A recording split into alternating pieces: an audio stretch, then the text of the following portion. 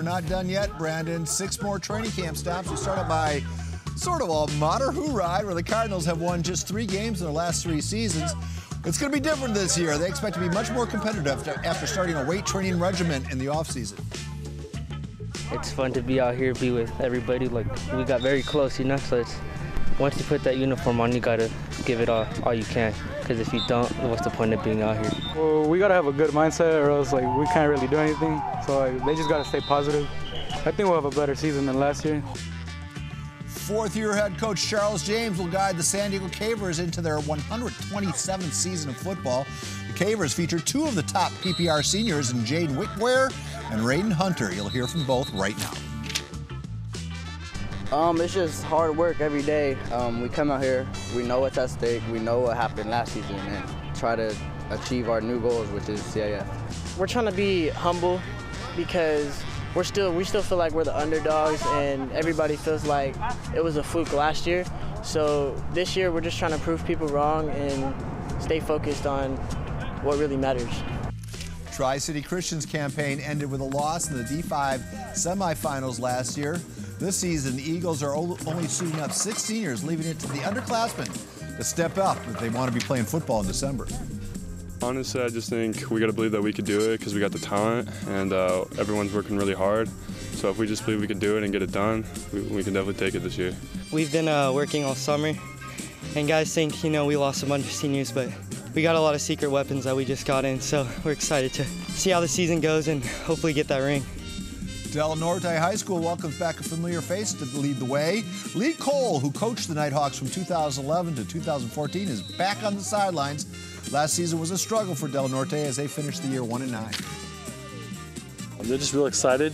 They had some success, a little bit of success over the spring and the summer, and in the scrimmage last week, that gave them a chance to see that the things that we're teaching are working, and so they're really buying in and they're trying to make a difference. We're ready to change the culture of Del Norte football and create a winning mentality.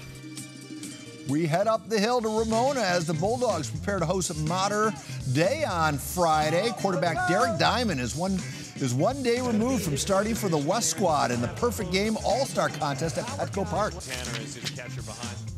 real humbling to be back out here with all my boys that I've grown up with since I was in kindergarten. So I'm excited for football, even though it was a great summer. I think we're going to do some big things on the field this year. We got a lot of strengths. Our whole entire line's back, like I said. Whole run game's going to be great this year.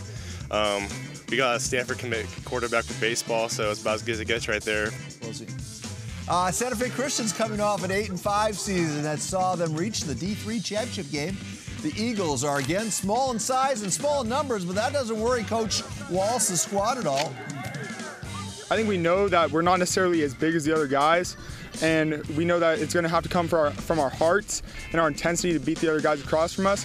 I think every guy on this team's bought into that. We came together this offseason, talked a lot about our goals for this season. You know, obviously we want that D3 championship. Whether we win that or not, it's not ring or bust this year, but for sure that's definitely 100% our goal.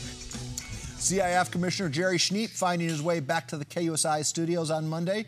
The entire conversation is already available at KUSI.com. Jerry discussing everything from student-athletes' mental health, including mental health. Here's an excerpt from that conversation. I think it's something that is exaggerated in athletes, and I think it's more of an issue with student athletes. There's more pressure than there ever has been on student athletes with academics and scholarships and social life. Social media, I think, has exacerbated it. I think kids are more isolated at times because of social media. So I think the pressure has caused more kids to become depressed. I have gotten information about kids having suicidal ideology. So we are partnering with Rady Children's Hospital to address this. And we're hoping that what we're going to be able to do is provide resources to kids, help identify who needs the help, and improve their quality of life. So we're not talking about head injuries that relate to the CTE. We're talking about life. We are. And do you realize what a tough thing you're taking on, because there's such a stigma attached to mental health, and football players can never show, hey, I'm feeling depressed. That's a hard thing to convey to another kid, much less an adult. No how do you overcome those obstacles? Well, I don't have the answers, Paul. I'm not going to pretend to, but I think Rades does, and I think they have enough data and information and resources that we're going to be able to find some help and some answers. But to hear of a student-athlete committing suicide or discussing it is very bothersome, and I took it very personally when I heard these stories. We've got to do something about it. We've got to help kids that are in these situations that they don't know the answers to. Jerry, thanks for coming in.